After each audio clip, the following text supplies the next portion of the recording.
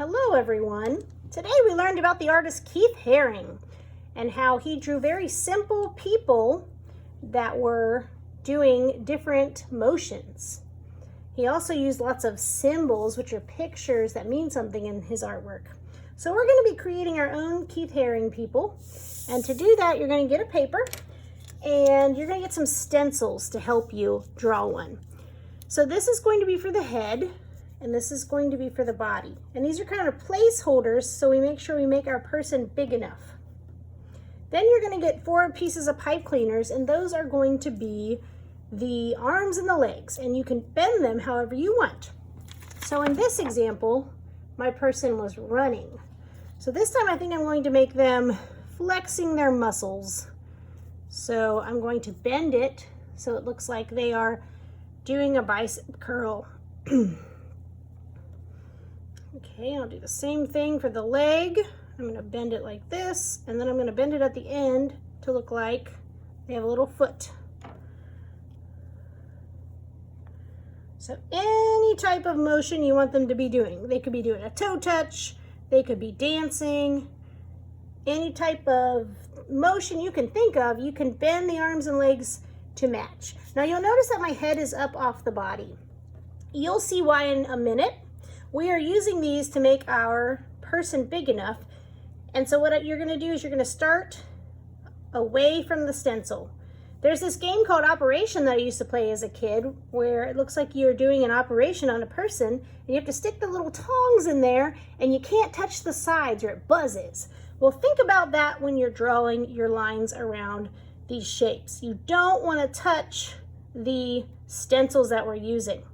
So I'm going to stay out here. See, I'm not touching it. There's space between it. But I'm following along what I see. Now when I get up to the head, this was the next space. I want to do a rounded shape. So up here I'm going to go around like you would for a head.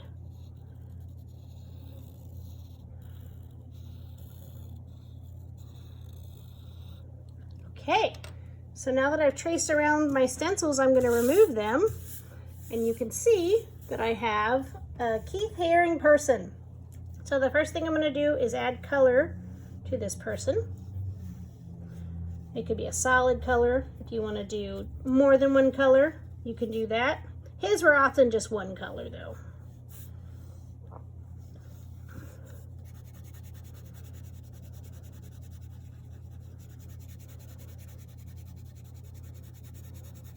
Also, in the background, you can draw symbols.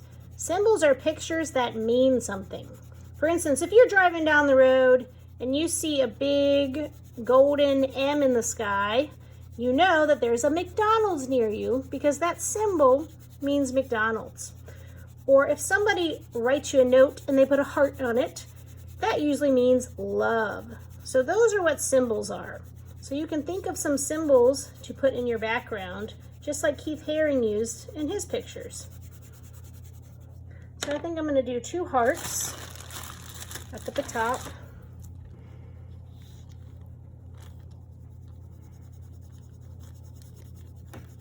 Or maybe I'll do one here and one diagonal. And you at least need to draw 2 symbols in your background, and there will be a symbol sheet for you to look off to get ideas. Also, this means peace, the peace sign. All right, after I have my symbols drawn, then what you're going to do is you have to trace around your person with 3 different colors. And when I mean trace, I don't mean draw a skinny line. I mean draw a border. So I'm going to start just by kind of tracing around. Once again, I'm not touching the line.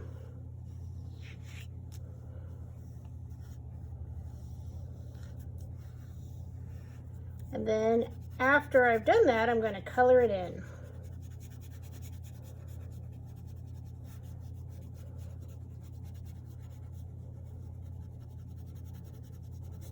So that's one color.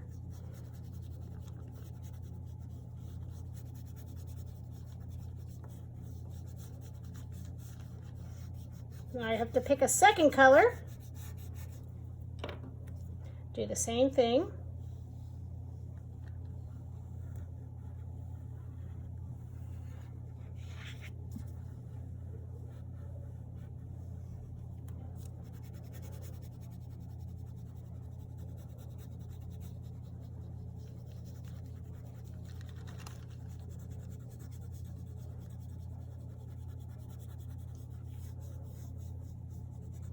You'll notice I'm not rushing, I'm taking my time, I'm making sure I'm staying in that border line that I drew.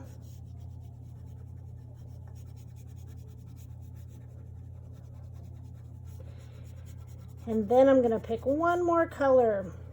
Now you can do more than 3 colors around it, which I'll show you with my other finished one in a minute, what I did.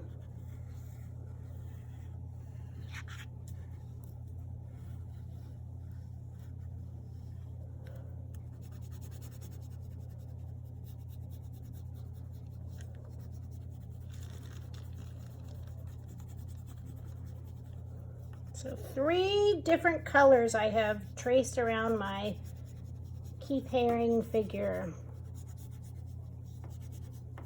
You could also do the same thing around your symbols if you want. But instead you could also just pick one color and color the background. I'm going to draw some lines around my hearts like this. But this one I just kept going. So not only did I trace around this with those colors, but every time I also traced around my symbols, and I just kept getting bigger and bigger till I had no paper left. So it's up to you if you just want to do 3 colors around it or continue to the whole edge of the paper. Either way is fine with me. So take your time and work hard and have an incredible art class.